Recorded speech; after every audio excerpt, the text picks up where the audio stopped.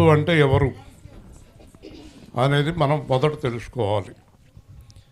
యేసు క్రీస్తు అనే మాటకు, ఆ పేరుకి అర్థం, యేసు అంటే రక్షకుడు, క్రీస్తు అంటే అభిషిక్తుడు. ఈ ప్రపంచాలను నిర్మించిన దేవుడు ఒక్కడే. ఆయన పేరు దేవుడు. ఆయనకి పేరు లేదు. ప్రపంచాన్ని నిర్మించిన ఆయనకి పేరు లేదు. ఆయన పేరు ఏంటంటే సృష్టికర్త, దేవుడు, యెహోవా, సర్వలోకనాథుడు, సర్వశక్తిమంతుడు అనేది ఆయన పేరు.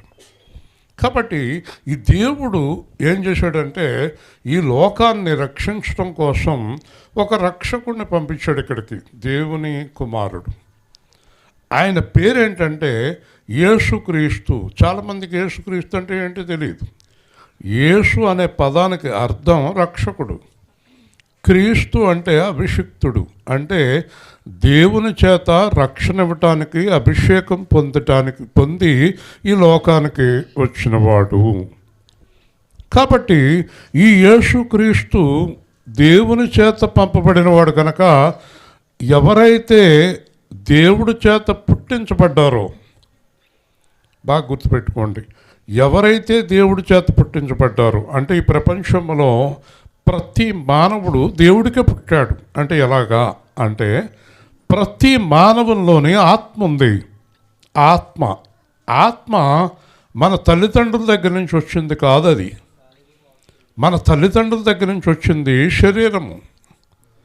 వాళ్ళలోంచి పిండము ఏర్పడి పిండములో నుంచి ఆకృతి వచ్చింది. అందుకే మన అమ్మ నాన్న పోలికల్లో ఉంటాం మనం. ఇంచుమించుగా ప్రతి తల్లిదండ్రుల పోలికలు పిల్లలకు వస్తాయి. కానీ ఆశ్చర్యం ఏంటంటే ప్రతి మనిషిలోని ఆత్మ ఉంది. ఆత్మ పోలిక ఎలా ఉంటుందంటే ఆత్మ పోలిక ఆత్మలాగే ఉంటుంది. అంటే ఆత్మ పోలిక దేవుని పోలిక. హల్లెలూయా. ఎంచేత దేవుడు అంటే ఆత్మ. ఒక రూపము, ఒక ఆకారం లేదు దేవుడికి. కాబట్టి ప్రపంచంలో మానవ జన్మెత్తిన అందరిలోని కూడా ఆత్మ ఉంది. కాబట్టి ఆత్మ పోలిక దేవుడిది. అంటే మనం దేవుడి పిల్లలం. చేత ఉదాహరణకి మీలో ఎవరికైనా సరే మీ అమ్మ నాన్నలకు దేవుడిచ్చిన బిడ్డలు మీరు, వాళ్ళకి దేవుడిచ్చిన వారు, వాళ్ళకి దేవుడు అంటే దేవుడు పుట్టించాడు. చాలామంది దేవుడిచ్చాడు అమ్మ లేక పుట్టాడు. ఇప్పుడు ఈ విశ్వాసరాజుకి 14 సంవత్సరాల తర్వాత పుట్టాడు, దేవుడిచ్చాడు అంటారు. అలాగే అందరినీ దేవుడే ఇవ్వాలి. కొంతమందికి పిల్లలు ఉండరు, ఆస్తులు ఉంటాయి, ఐశ్వర్యాలు ఉంటాయి, పిల్లలు ఉండరు. అంటే పిల్లలు లేని వాళ్ళని మనం అడిగితే దేవుడు పిల్లలు ఇవ్వలేదమ్మా అంటారు. అంటే పిల్లలు ఇచ్చే శక్తి ఎవరికి ఉంది? దేవుడికే ఉంది, ఇంకెవరికి లేదు. కాబట్టి ఈ దేవాది దేవుడు అందరికీ తండ్రి అని బయలుపరిచాడు యేసుక్రీస్తు ప్రభువు. కాబట్టి అందరూ దేవుడు పిల్లలే కనుక దేవుడు పిల్లలందరి రక్షణ కొరకు దేవుని కుమారుడుగా యేసుక్రీస్తు లోకానికి వచ్చాడు. హల్లెలూయా. కాబట్టి మనకు యేసుక్రీస్తు ఎవరు అంటే సహోదరుడు, మన సహోదరుడు. ఆయన మన గురించి దేవుడి చేత పంపబడినవాడు. ఎందుకు వచ్చాడు ఆయన రావడానికి గల కారణం ఏంటి? బైబిలే చెప్తుంది. ప్రజలందరూ కూడా పాపము చేసి దేవుని మహిమను పోగొట్టుకొని నరకానికి వెళుతున్నారు కనుక యేసు ప్రభు ఎందుకు వచ్చాడంటే నరకము నుంచి మనిషి యొక్క ఆత్మను తప్పించి రక్షించటానికి వచ్చాడు కనుక ఆయన పేరు రక్షకుడు. హల్లెలూయా. అంతేగాని అదో మతం, ఆ చివర ఉన్నవాడు మతం, మధ్యలో ఉన్నవాడు మతం, మతాలు ఏమీ లేవు. దేవుడు, రక్షకుడు, మానవుడు. మతం కాదు. రక్షణ ఎవరికి కావాలి? ఆత్మ ఉన్న వాళ్ళందరికీ. ఆత్మ లేనివాడెవరు? ప్రపంచంలో ఎవడు లేడు. ఆత్మ అంటూ లేకపోతే మనిషి జీవించడు, చనిపోతాడు. ఆత్మ వెళ్ళిపోతే మనిషి కింద పడిపోతాడు, మట్టిలో కలిసిపోతాడు. కొంతమంది కాలుస్తారు, కొంతమంది సమాధులు చేస్తారు, ఏమైనా చేసుకునివ్వండి. చనిపోయినాడు అడుగుతాడా నన్ను ఎందుకు కాల్చారని? చనిపోయినాడు అడుగుతాడా నన్ను ఎందుకు పెట్టిలో పెట్టారు ఉడుగ్గా ఉందంటాడా?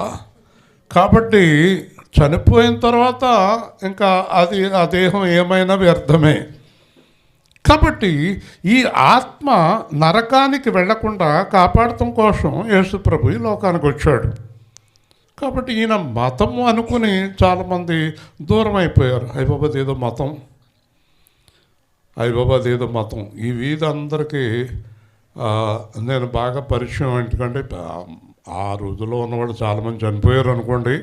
నా చిన్నప్పుడు ఇక్కడ తాళాలు తబలాలు పట్టుకుని తిరిగేవాడిని. కాబట్టి ఇక్కడ ఏమంటారంటే నన్ను ఈ ఈ చుట్టుపక్కల వాళ్ళు అందరూ ఒకే మాట అంటారు, సరస్వతమ్మ గారు మనవడు అంటారు.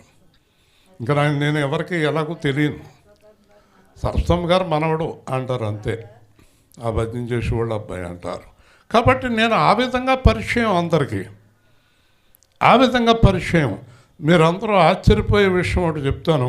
అదే సరస్వతమ్మ గారు నన్ను 4-5 సార్లు చర్చికి తీసుకెళ్ళింది ప్రార్థనకి. దేవుని స్తోత్రం. తెలుసా మీకు, మాలపల్లిలో నాయనమ్మ గారు అని ఒక ఆవిడ ఉండేది. ఈవిడికి జత, వీళ్ళిద్దరు జత. ఆ జత ఎలాగో తెలదు నాకు. ఆ నాయనమ్మ ప్రార్థన పెట్టించుకున్నప్పుడల్లా నన్ను సంగన వేసుకుని తీసుకెళ్ళేది. నాకు ఇప్పటికీ గుర్తు. ఎందుకంటే దేవుడి కృపను బట్టి నాకు ఇంచుమించు 6వ సంవత్సరం నుంచి 50 సంవత్సరాల విషయాలు అన్నీ గుర్తున్నాయి. హల్లెలూయా. అప్పుడు ప్రార్థనకి వెళ్ళి కూర్చునేవాళ్ళం మేము. చాలాసేపు కూర్చుని ఆ చివరిలో ఏదో పెట్టేవారు, తిని వచ్చేవాళ్ళం.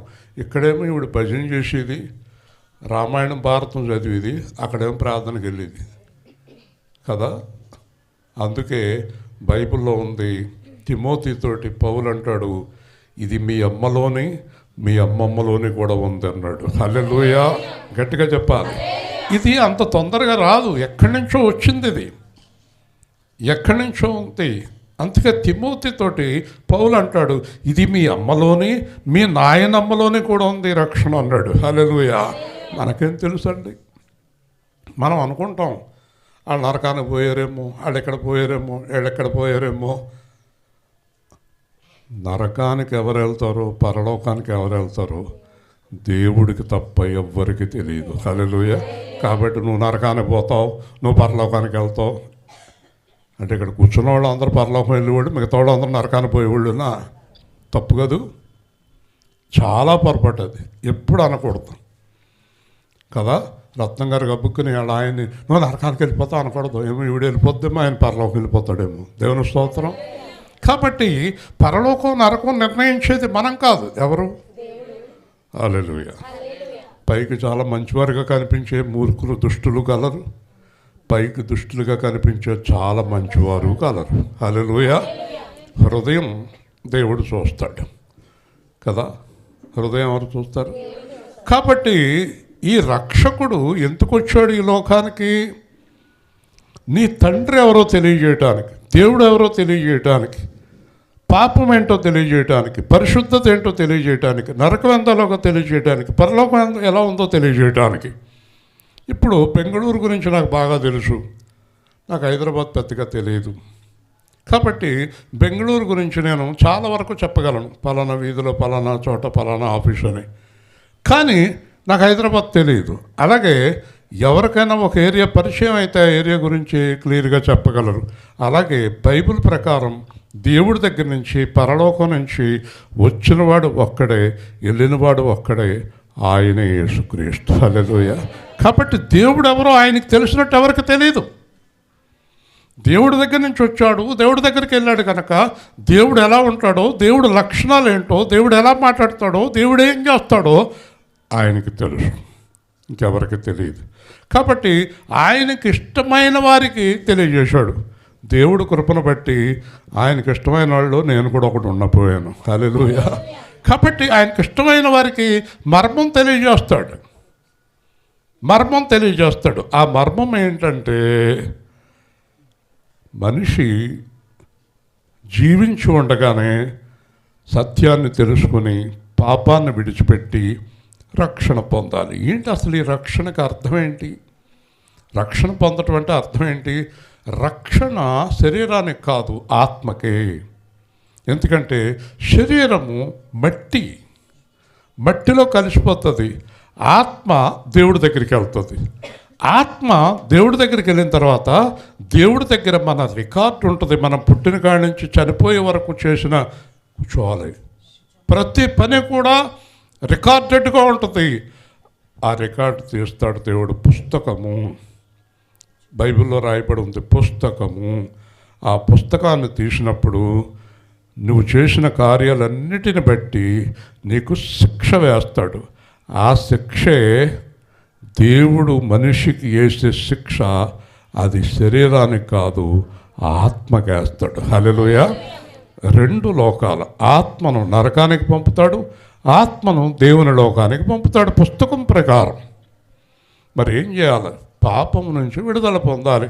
పాపము నుంచి విడుదల ఎలా పొందగలరు? ఎలా పొందగలరు?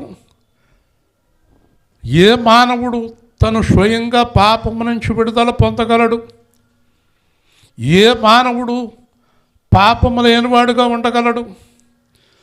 మానవ జన్మ ఎత్తిన వాడిలో పాపము లేనివాడు ఎవరు? బైబిల్ చెప్తుంది తల్లి గర్భంలోనే పాపం ప్రారంభమైంది. హల్లెలూయా. పాపము లేనివాడు ఈ లోకములో మానవ జన్మెత్తినోళ్ళు ఎవరు లేరు. అందుచేత దేవుడు భార్యాభర్తల సంపర్కం లేకుండా, పాపము లేకుండా జన్మించాలి. పాపం లేకుండా జన్మించడం కోసం పరిశుద్ధాత్మ ద్వారా మరియ గర్భంలో యేసు జన్మించాడు. హల్లెలూయా. ఈ లోకంలో ఒకే ఒక్కడు పాపం లేకుండా జన్మించినవాడు. అంటే ఆయనకి ఏ పాపం లేదు చెప్పాలి? జన్మ పాపము లేదు. మనందరికి ఏ పాపం ఉంది? జన్మ పాపం ఉంది. సరే, తర్వాత కర్మ పాపం. ఒక మనిషి పుట్టిన తర్వాత చనిపోయే వరకు పాపం లేకుండా జీవించిన వ్యక్తి ఎవరూ లేరు. దాన్ని కర్మ పాపం అంటారు. అంటే యేసు ప్రభు పుట్టిన తర్వాత 33.5 సంవత్సరాల జీవితంలో పాపము లేనివాడుగా నిరూపించబడ్డాడు. హల్లెలూయా. అంటే ఆయనకి ఏ పాపం లేదు? జన్మ కర్మ పాపములు లేని ప్రభువు జన్మ కర్మ పాపములు కలిగిన మానవుణ్ణి రక్షించటానికి సమర్థుడు. హల్లెలూయా. మీకు చాలా సింపుల్గా చెప్పాలంటే, ఒక ఆయనకి యాక్సిడెంట్ అయింది, హాస్పిటల్లో జాయిన్ చేశారు. గబగబా అందరూ పరిగెత్తుకెళ్ళారు. డాక్టర్ గారు అన్నారు, అర్జెంటుగా ఇతనికి రక్తం ఎక్కించాలి. ఈ లోపల ఒక భయంకరమైన వార్తోటి చెప్పారు డాక్టర్ గారు, ఇతనికి హెచ్ఐవి ఉంది.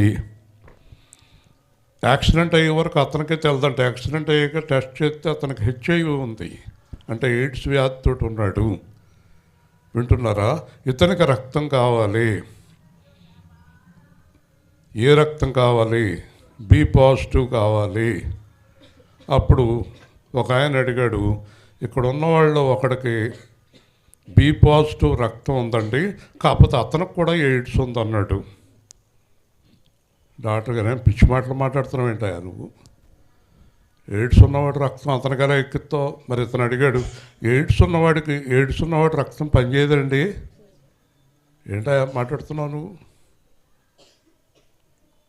ఎవరికైనా సరే రోగం లేనివాడు రక్తం, రోగం ఉన్నవాడికి కూడా రోగం లేనివాడు రక్తం కావాలంటున్నాడు. హల్లెలూయా.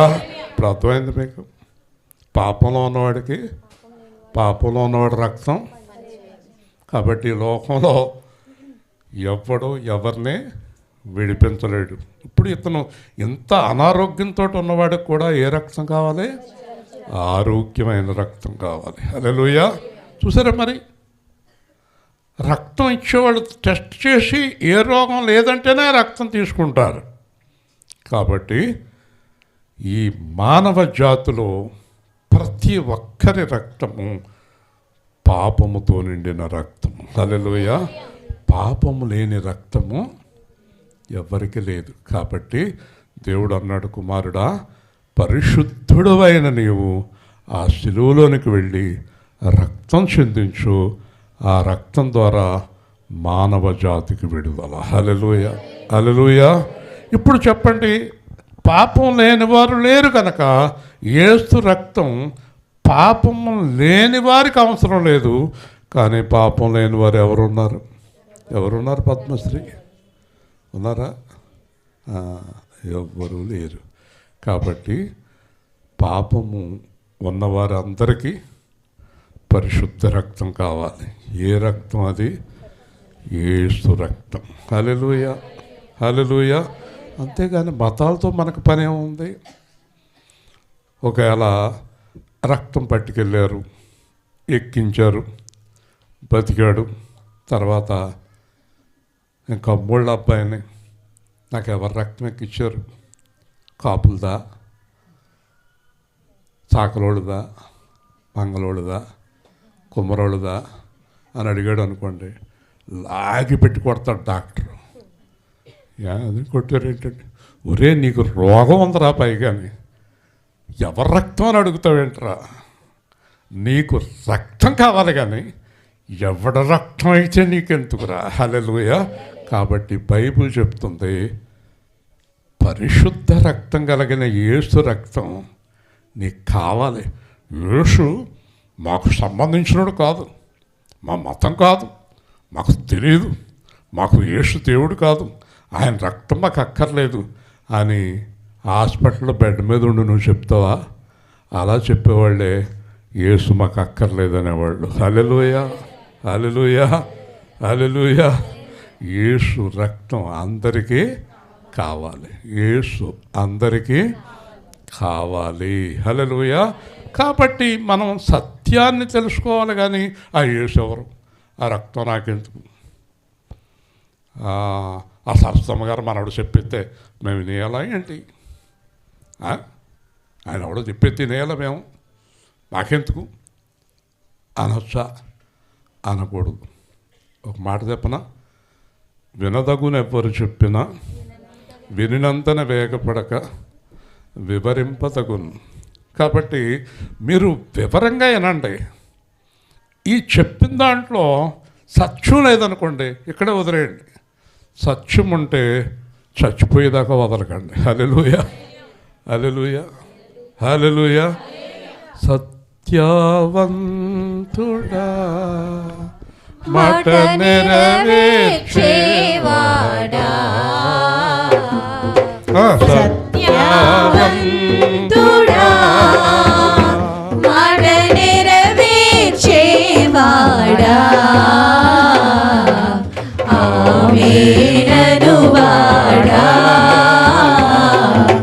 నమ్మకమైనవాడా,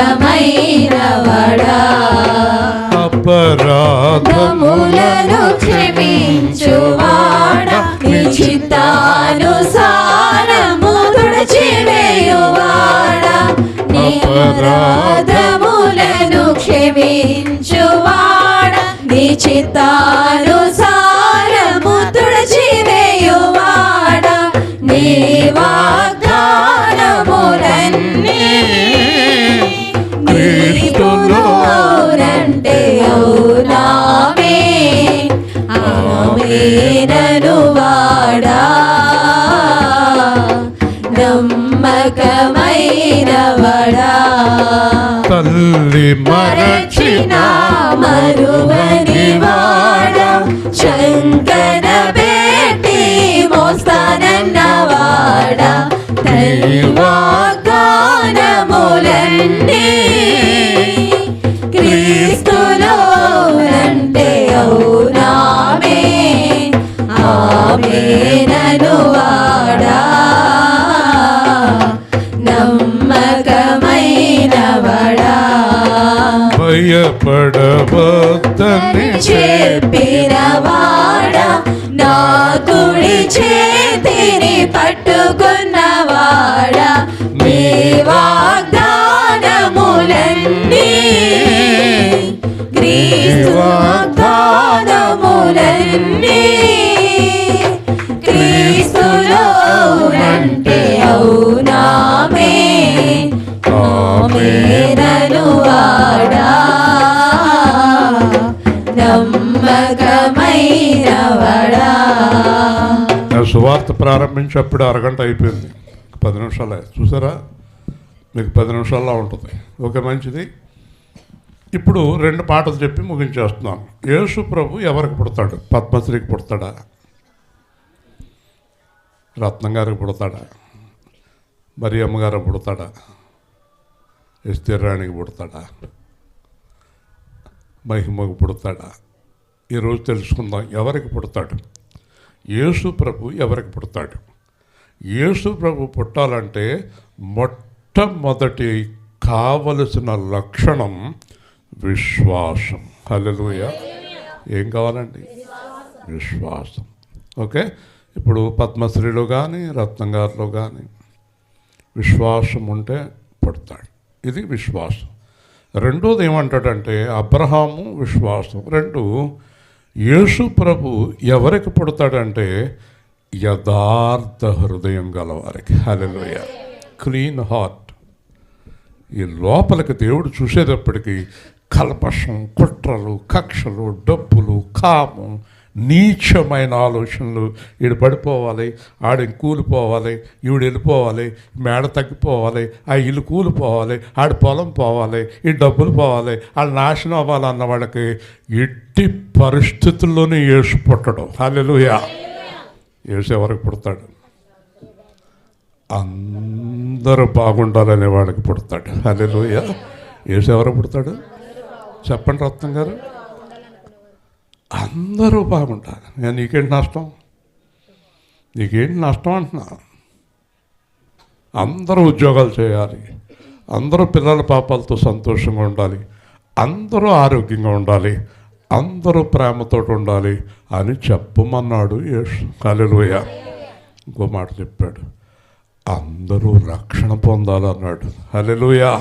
కాబట్టి ఈ ఈర్ష్య, ద్వేష, అసూయ, కక్ష, కల్పన ఉన్న వాళ్ళకి యేసు పుట్టడు. ఒకవేళ పాస్టర్ అమ్మ అవనే, వాళ్ళ అమ్మాయి అవనే, వాళ్ళ మనవడు అవనే, ఇక్కడ ఎవరైనా అవనే, ఇక్కడ చాలా డబ్బులుగా చూడు భోజనాలు పెట్టిన వాళ్ళు అవనే, ఏమన్నా అవనే, ఎన్నో సంవత్సరాల నుంచి బైబిల్ సంకలు పెట్టుకుని చెమట కంపు కొట్టిలా తిరగనే, ఆడ పుట్టడు. వాళ్ళకి విశ్వాసం. హల్లెలూయా. విశ్వాసం అంటే నమ్మకం. ఏంట నమ్మకం? దేవుడు ఉన్నాడని, దేవుడు రక్షిస్తాడని, దేవుడు ఏదైనా చేస్తాడని. చిన్న మాట చెప్తాను. అబ్రహాంతో దేవుడు అన్నాడు, నువ్వు ఇక్కడి నుంచి బయలుదేరి అక్కడికి వెళ్ళి అన్నాడు. నువ్వెవరు అని అడగలేదు, బయలుదేరాడు. ఇక్కడ ఉండు అన్నాడు, అక్కడ ఉన్నాడు. మీకు అబ్బాయిని ఎత్తాను అన్నాడు. 90 ఏళ్ళు వచ్చినాయి, వాళ్ళ ఆవిడికి 80 ఏళ్ళు వచ్చినాయి, అబ్బాయి లేడు. ఏమండి మీరు అబ్బాయిని ఇస్తాను అన్నారు, ఆగిస్తాను అన్నాడు. 99వ ఏట మళ్ళీ అడిగాడు దేవుడిని, అయ్యా నాకు 99, మా ఆవిడికి 89, మీరు ఆ అబ్బాయిని ఇస్తాను అన్నారు. మళ్ళీ అన్నాడు, వచ్చే సంవత్సరం ఇస్తాను అన్నాడు.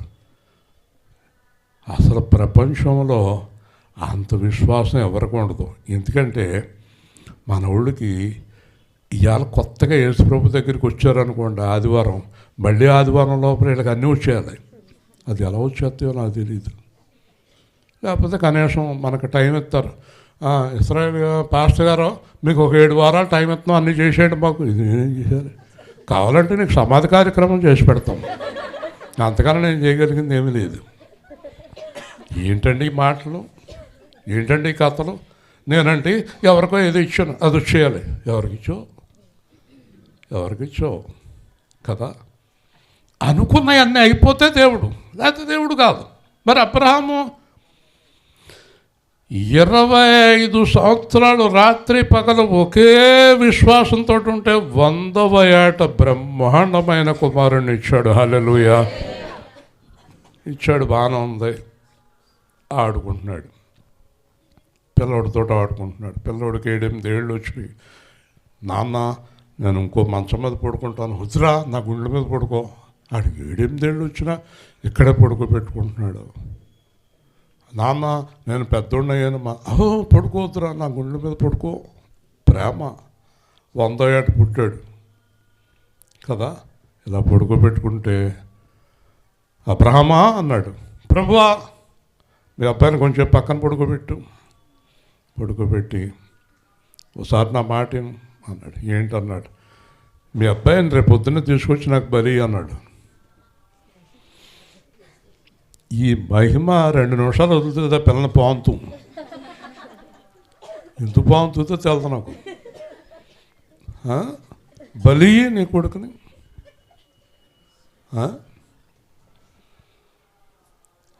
ప్రపంచంలో అబ్రహాం తప్ప ఆ పని ఎవరూ చేయలేరు. హల్లెలూయా. తీసుకెళ్ళాడు, కత్తెత్తాడు.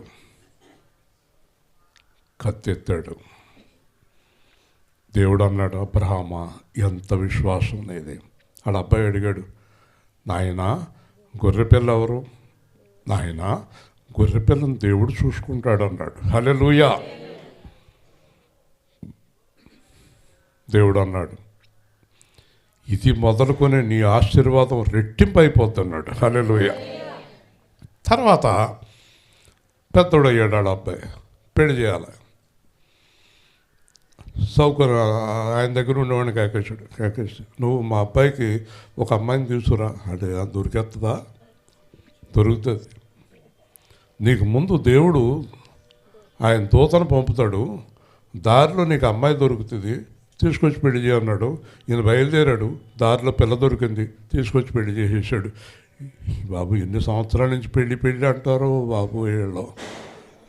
ఆ పెళ్ళి ఎప్పుడు అవుతుందో నాకు తెలియదండి బాబు. పోనీ పెళ్ళైన వాళ్ళు ఎప్పుడు ఇడిపోదామని చూస్తున్నారు.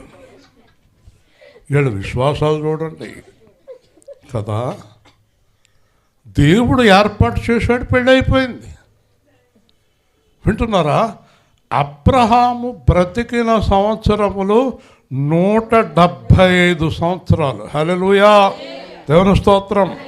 అంటే దేవుడు అతన్ని పిలిచినది 75వ ఏట. 100 సంవత్సరాలు అబ్రహాము రాత్రి పగలు జీవించినంతకాలం చనిపోయే వరకు ఒకే విశ్వాసాన్ని కలిగి ఉన్నాడు. హల్లెలూయా. పొద్దున్న ఒక విశ్వాసం, మధ్యాహ్నం ఒక విశ్వాసం, సాయంత్రం ఒక విశ్వాసం. నాకు తలపోటు తగ్గితే దేవుడు ఉన్నాడు, నాకు నడుంపోటు తగ్గితే దేవుడు ఉన్నాడు.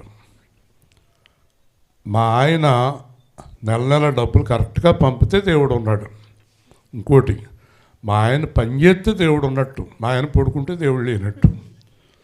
ఏం దేవుళ్ళు ఉంటామండి బాబు, ఇదేమి విశ్వాసాలండి బాబు. అన్నీ ఉంటే దేవుడు ఉన్నట్టు. ఒకవేళ ఏదైనా జరగలేదనుకోండి, దేవుడు లేనట్టు. ఒకవేళ నేను తణుకు నుంచి ఏలుపూరు వచ్చేటప్పుడు నా జేబులో ఎక్కడో 10,000 పర్సు పడిపోయింది పర్సు. అంటే నేను జాగ్రత్తగా పెట్టుకోలేదు, ఇలాగ అన్నప్పుడు ఏదో పడిపోయింది అనుకోండి. ఇక్కడికి వచ్చి నా ప్రార్థన ఏంటో తెలుసా? 10,000 ఎక్కడ పడిపోయిందో నెలకి ప్రభువా, నువ్వు పడేసుకుని ఆ 10,000 ఎక్కడ పడిపోయిందో దేవుడు నెలకి నీకు ఇవ్వాలా అంటే ఎంతలోకి అయిపోయాడు దేవుడు. భూమిని ఆకాశం చేసిన దేవుడు నీకు 10,000 పట్టుకొచ్చి సుకర్పేటరీ కాడ పడేసుకున్న అబ్బాయిని పట్టుకొచ్చి వెనకాలని ఇవ్వాలా అంటే దేవుడు ఎంతలోకి అయిపోయాడు. దేవుడు అంటే అతనా? గుర్తుపెట్టుకోండి, దేవుడు అంటే ఏమి ఉన్నా, ఏమి లేకున్నా, ఏమి ఇచ్చినా, ఏమి ఇవ్వకపోయినా ఆయన దేవుడే. హల్లెలూయా. హల్లెలూయా. ఆస్తులన్నీ పోయినా అనాథగా మిగిలినా ఆప్తులే విడనాడినా ఆరోగ్యం క్షీణించినా నీ మాట చాలయ్యా, నీ చూపు చాలయ్యా, నీ తోడు చాలయ్యా, నీ నీడ చాలయ్యా, నీ ఉంటే నాకు చాలు యేసయ్యా, నీ వెంటే నేను ఉంటానేసయ్యా. నీకు ఇళ్ళలో ఏదియో లేదు అసాధ్యము, నీదు కృపలో మాకేదియు కాదిల సమానము. నీ మాట చాలయ్యా, నీ చూపు చాలయ్యా, నీ తోడు చాలయ్యా, నీ నీడ చాలయ్యా. ఒక విషయం తెలుసా? అసలు దేవుడు మనతోటి ఉంటేనే చాలు, ఏమి లేకపోయినా పర్వాలేదు. హల్లెలూయా. ఎంత ధన్యత దేవుడు మనతో ఉండటం. నువ్వు ఏదేదో పనికిమాలిన విషయాలు ఆశిస్తున్నావు తెలియక. ఈ పాస్టర్లు అలాగే చెప్తారు, వీళ్ళు అలాగే వస్తారు చర్చిలకి. కాబట్టి దేవుడు కొరకు వచ్చేవారు దేవుణ్ణే కోరుకుని రావాలి. హల్లెలూయా. అర్థమైందా మీకు? కాబట్టి రెండో మాట, విశ్వాసములో అబ్రహాము అద్భుతంగా చూశాడు. 2, యథార్థ హృదయం. చెప్పండి. ఒకవేళ పాస్టర్ అయినా మీరైనా యేసు ప్రభు నమ్ముకున్న ప్రపంచంలో ఎవరైనా ఈ రెండూ లేకుండా యేసు ప్రభు వాళ్ళకి పుట్టడు. హల్లెలూయా. నాటకాల భక్తి అంతే, నాటకాలు, వేషాలు అంతే తప్ప ఏమీ లేదు. అంత ఉత్తిదే. హల్లెలూయా ఉత్తిదే, ప్రభువా ఉత్తిదే, ప్రార్థన ఉత్తిదే, పాటలు ఉత్తిదే, సంఘం ఉత్తిదే. అంత పెద్ద సున్నా. ఏ సున్నా? బండి సున్నా. దేవుని స్తోత్రం. ఏ రెండు ఉండాలి? విశ్వాసము. విశ్వాసం అంటే ఎలాంటి విశ్వాసం? కత్తి ఎత్తే విశ్వాసం. హల్లెలూయా. ఎలాంటి యథార్థ హృదయం అంటే దావీదుది చెప్పుకుంటూ పోతే టైం అయిపోయింది, సమయం అయిపోయింది, 5 నిమిషాలు ఉంది. దావీదు ఒక చాలామంది పిల్లల్లో ఆఖరు పిల్లడు. వాళ్ళ నాన్నకి దావీదు అంటే కోపం. వీడెప్పుడు గొర్రెలు కాసుకుంటూ ఉంటాడు. వీళ్ళేమో మంచి పనులు చేస్తున్నారు, డబ్బులు సంపాదిస్తున్నారు. ఎక్కడో అడవిలో గొర్రెలు కాసుకుంటే ఏం చేస్తాడంటే ఈ కర్ర పొలలతోటి వాయిద్యాలు చేసుకుని వాయిద్యాల మీద వాయింతా దేవుణ్ణి స్తుతిస్తూ పాటలు పాడుతూ గొర్రెలు కాస్తూ ఉంటాడు. దేవుణ్ణి స్తుతిస్తూ పాటలు పాడుతూ ఉన్నప్పుడు ఒక్కొక్కసారి ఈ గొర్రెలను ఎత్తుకొని పోతానికి తోడేలు వచ్చేది. తోడేలు డైరెక్ట్గా వెళ్ళిపోయి ఆ తోడేలుతో దెబ్బలాడి చీల్చేసేవాడు. ఇంకా బాగానే ఉంది. తోడేలు కూడా పక్కన పెడితే ఒక్కోసారి అంట సింహం వచ్చిందంట. రయ్యమని వెళ్ళి సింహం 2 తాళ్ళు పట్టుకుని 2 కింద చీల్చేసేవాడు అంట. హల్లెలూయా. ఎంత బలవంతుడు! ఈ బలమంతా ఎవరిదంటే దేవుడిది. దేవుడంట దావీదు పాడే పాటలు వింటూ ఉండేవాడంట పరలోకం నుంచి. వింటున్నారా? దావీదు పాటలు పాడుతూ ఉండేవాడు. ఏ హృదయంతో? యథార్థ హృదయంతో. పాట ఎక్కడి నుంచి వచ్చేదండి? చెప్పాలి. ఇక్కడి నుంచి. కొంతమంది పాట ఎక్కడి నుంచి వస్తుంది?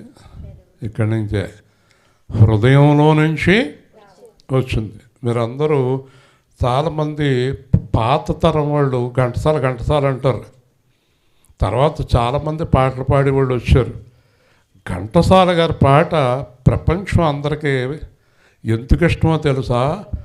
అతడు పాడే ప్రతి పాట లోపల నుంచి పాడతాడు. హల్లెలూయా. అంటే అనుభవించి పాడతాడు. అలాగే ఈ దావీదు పాటలు చాలా మధురమైన కంఠంతో పాడుతుంటే దేవుడు అలాగే వినేవాడు, పాటలు పాడేవాడు. వాళ్ళ నాన్న వీడు పిచ్చోడు, పాటలు పాడుతూ ఉంటాడు, గొర్రెలు కాస్తూ ఉంటాడు. ఒక రోజున దేవుడు అన్నాడు, సమూయేలు నువ్వు వెళ్ళి నేను చెప్పే అతనికి మొత్తం ఇశ్రాయేలు జనాంగం మీద రాజుగా చేస్తున్నాను, అతన్ని అభిషేకించు అంటాడు. ఎవరిని అంటాడు? ఎల్లవయ్యా ముందు నువ్వు అంటాడు. వచ్చిన తర్వాత ఈ దావీదు తండ్రి దగ్గరికి వస్తాడు. లైన్గా వాళ్ళ అబ్బాయిలందరినీ తీసుకొస్తాడు. ఇతడా అంటాడు. చాలా అందంగా ఉన్నాడు, ఎత్తుగా ఉన్నాడు. ఇతడే కావాలనుకుని, దేవుడా ఇతనేనా? కాదయ్యా అన్నాడు. ఇంకొకటి తీసుకొచ్చాడు. ఇతనా? కాదు అన్నాడు. ఇదేంటి ఎవరు కాదంటున్నాడు అని చెప్పి యెషయాతోటి అంటాడు సమూయేలు, ఏమయ్యా నీకు ఇంకా ఎవరైనా పిల్లలు ఉన్నారేంటి? దేవుడు ఏం చెప్తలేదంటే, ఉన్నాడే ఒకడు గొర్రెలు కాసుకుంటా పిచ్చ పాటలు పాడుకుంటూ ఉంటాడు, ఆడి గొడవే చెప్పాలా మీకు అన్నాడు.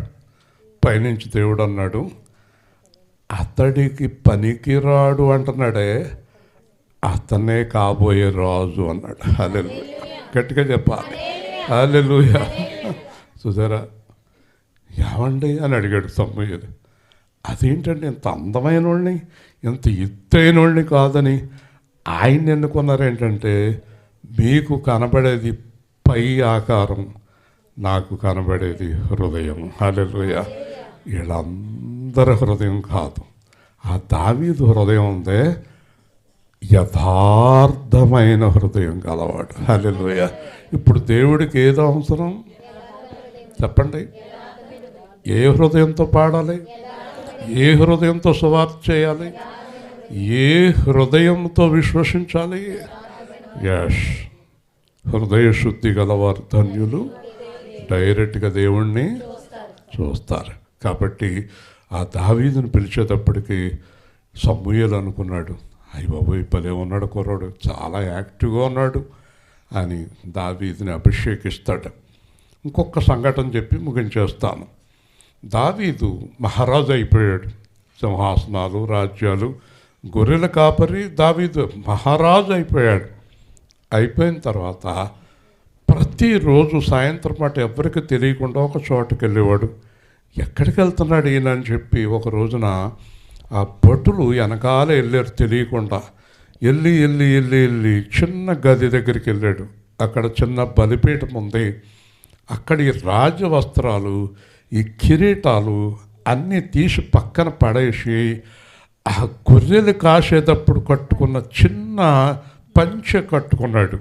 కట్టుకుని ఆ గొర్రెలు కాసేటప్పుడు ఉన్న కర్ర చేత్తో పట్టుకుని ఆ కర్ర పట్టుకుని ఆ పంచి కట్టుకుని ఆ దేవుడి దగ్గర పడి, ప్రభువా నాకు వద్దు అన్నాడు. ఏంటి వద్దు? ఏవద్దయ్యా నీకు? నాకు ఈ రాజ్యం వద్దు, ఈ రాజపదవి వద్దు, ఈ రాణులు వద్దు, ఏమి వద్దు. నేను నీ మందిరంలో పాటలు పాడుకుంటూ జీవించాలని ఉంది, నాకు ఏమీ వద్దన్నాడు. దేవుడు అన్నాడు, అందుకే నేను నిన్ను రాజుగా చేయటమే కాదు, నీ కడుపున పుడతాను దావీదు అన్నాడు. హల్లెలూయా. అంటే దావీదు హృదయం, దేవుడి హృదయం పెనవేసుకుపోయినాయి. ఏమని వచ్చింది దేవుడికి? మరి నేను ముగించే ముందు అడుగుతున్నాను, నాతో పాటు చాలా సంవత్సరాల నుంచి ఉంటున్నారు కదా, మీలో అబ్రహాంకున్న విశ్వాసం, దావీదుకున్న హృదయం ఎంతమందికి ఉంది? దేవుడితో చెప్పండి. ఎందుకంటే మీరు నాకు చెప్పినా నేను మీకు చెప్పినా నమ్మలేం కదా. నేను మంచిదాన్నని మీలో ఎవరు చెప్పినా నాకు నమ్మకం అవుతుంది, నేను మంచివాడిని చెప్తే మీకు నమ్మకం అవుతుంది. మన హృదయం ఎవరు చూస్తారు? కానీ గుర్తుపెట్టుకోండి, ఎన్ని క్రిస్మస్లు చేసినా, ఎన్ని సంవత్సరాల పండగలు చేసినా, ఎన్ని భోజనాలు పెట్టినా, ఎంత కానుకలు ఇచ్చినా, ఏం చేసినా విశ్వాసము, యథార్థత లేకుండా యేసు మీకు పుట్టడు. ఏమ్మా నువ్వు ఈరోజు ప్రభు పల్లకి మానేసి క్రిస్మస్ ఆరాధనలో ఫోన్ చేస్తున్నావమ్మా. నువ్వు కిందటి నెలలో ఏం చెప్పావు? ఈ నెల ప్రభు పల్లకి వస్తానన్నావు, వచ్చావా? ఈ టైంలో ఫోన్ ఎందుకు చేస్తున్నావు? క్రిస్మస్ ఆరాధన జరుగుతుంది కదా. నువ్వు మానకూడదు మందిరానికి. పెళ్లి చేశాను, ఫోన్ మళ్ళీ నాకు. కాబట్టి చెప్పండి, చెప్పాలి. యథార్థ హృదయం. అందరూ నాతో చెప్పండి. విశ్వాసం, యథార్థ హృదయం లేకుండా యేసు నాలో జన్మించడు. యేసు నాలో జన్మించకుండా నేను క్రైస్తవుణ్ణి కాదు. హల్లెలూయా.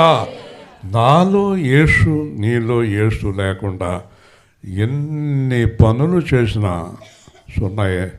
విశ్వాసరాజు, స్వాతి వాళ్ళ హృదయాల్లో యేసు జన్మించకుండా, లేదా రేపు చేయబోయేవాళ్ళు, మందిరాల్లో ఉన్నవారు, ఇక్కడ ఉన్నవారు, కానుకలు ఇచ్చేవారు, పండగలు చేసేవారు, భోజనాలు పెట్టేవారు, ఈ రెండూ లేకపోతే యేసు లేడు. హల్లెలూయా, హల్లెలూయా. కాబట్టి ఈరోజు అలాంటి హృదయాన్ని మీరందరూ తెచ్చుకోండి. నాలో యేసు ప్రభు, నీలో యేసు ప్రభు ఉంటే చాలునయ్యా ఎంతో ఆనందం. నాలో యేసు ప్రభు, నీలో యేసు ప్రభు ఉంటే చాలునయ్యా ఎంతో ఆనందం. శోధన వేదన దరికి రావులే, యేసులో ఉందిలే నిత్య జీవమే. శోధన యేసు ప్రభు నీలో యేసు ప్రభు ఉంటే చాలునయ్యా ఎంతో ఆనందం. యేసు ఉంటే చాలు కలుగునయ్యా మేలు, నీకున్న బాధలన్నీ తొలగిపోతాయి. భక్తితో ప్రార్థిస్తే ముక్తిని ఇచ్చేవాడు, సైతాను శక్తులని పారిపోతాయి. నీతి విడిచిపెట్టొద్దు, పరుల సొమ్ము ముట్టొద్దు, నీచమైన నష్టమైన వెనుక తిరిగి చూడొద్దు. నీలో యేసు ప్రభు నాలో యేసు ప్రభు ఉంటే చాలునయ్యా ఎంతో ఆనందం. పరలోకం ఎంతో ఆనందం, నువ్వు పొందాలంటే పాపం విడిచిపెట్టాలి. నిత్య జీవం యేసే మోక్ష మార్గం, నీకు కావాలంటే అడిగి పొందుకోవాలి. లోకంలో ఉన్నదంతా విడిచిపెట్టి రావాలి, నిన్ను వలే నీ ఎదుటి మనిషిని ప్రేమించాలి. నీలో యేసు ప్రభు నాలో యేసు ప్రభు ఉంటే చాలునయ్యా ఎంతో ఆనందం. పాట అయిపోయింది, కానీ యథార్థ హృదయం వచ్చిందా, విశ్వాసం వచ్చిందా? ఈ రెండు ఉంటే యేసు ఉన్నాడు, లేకపోతే యేసు లేడు. మీకు మీరే తెలుసుకోండి, నా హృదయం యథార్థంగా ఉందా, నా హృదయం విశ్వాసంగా ఉంటే నాలో యేసు ఉన్నాడు, లేకపోతే ఖాళీ డొల్లా, ఇంజిన్ లేని కారు. ఒక ఆయన కారు ఇచ్చాడంట, పట్టుకెళ్ళి కారు అని. వీడు వెళ్ళాడు, ఏంటంటే కారులో ఏమీ లేదు. ఇది ఎక్కడ పట్టుకెళ్ళంటే, ఏమో అందుకే కదా నీకు ఇచ్చాను, ఇంజిన్ ఉంటే నీకు ఎందుకు ఇస్తాను అన్నాడట.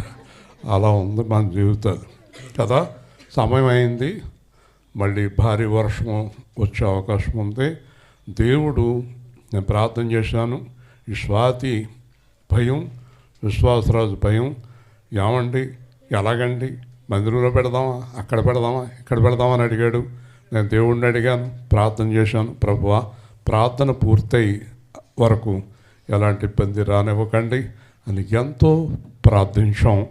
దేవుడు మన ప్రార్థన అంగీకరించాడు. జీవం గల దేవుడు అయిన తండ్రి, విశ్వాసరాజు కుటుంబాన్ని, అటువైపు ఇటువైపు ఉన్నవారిని, పిల్లలను, రక్షణ పొందిన వారిని దీవించండి. ఈ కార్యక్రమంలో పాల్గొన్న ప్రతి ఒక్కరిని దీవించండి. మిగిలి ఉన్న కార్యక్రమాన్ని క్షేమంగా జరిగించి అందరూ గృహాలకు వెళ్ళే వరకు ఎలాంటి ఇబ్బంది లేకుండా కాపాడి రక్షించమని, ఇంత గొప్ప కృప మాకు చూపి, ఇంత భయంకరమైన వర్షపు దినాల్లో చినుకు పడకుండా మమ్మల్ని నడిపించిన మీ గొప్ప కృపను బట్టి స్తోత్రాలు చెల్లిస్తూ యేసుక్రీస్తు నామములో ప్రార్థిస్తున్నాము తండ్రి, ఆమేన్. కార్యక్రమం ముగిసిందమ్మా. మరి మీకు అందరికీ ఆహార ఏర్పాట్లు ఉన్నాయి కదా. మీరు మాట్లాడేయాల్సినవి ఏమైనా ఉన్నాయా, ఏమైనా ఉన్నాయా, ఏమీ లేవు కదా.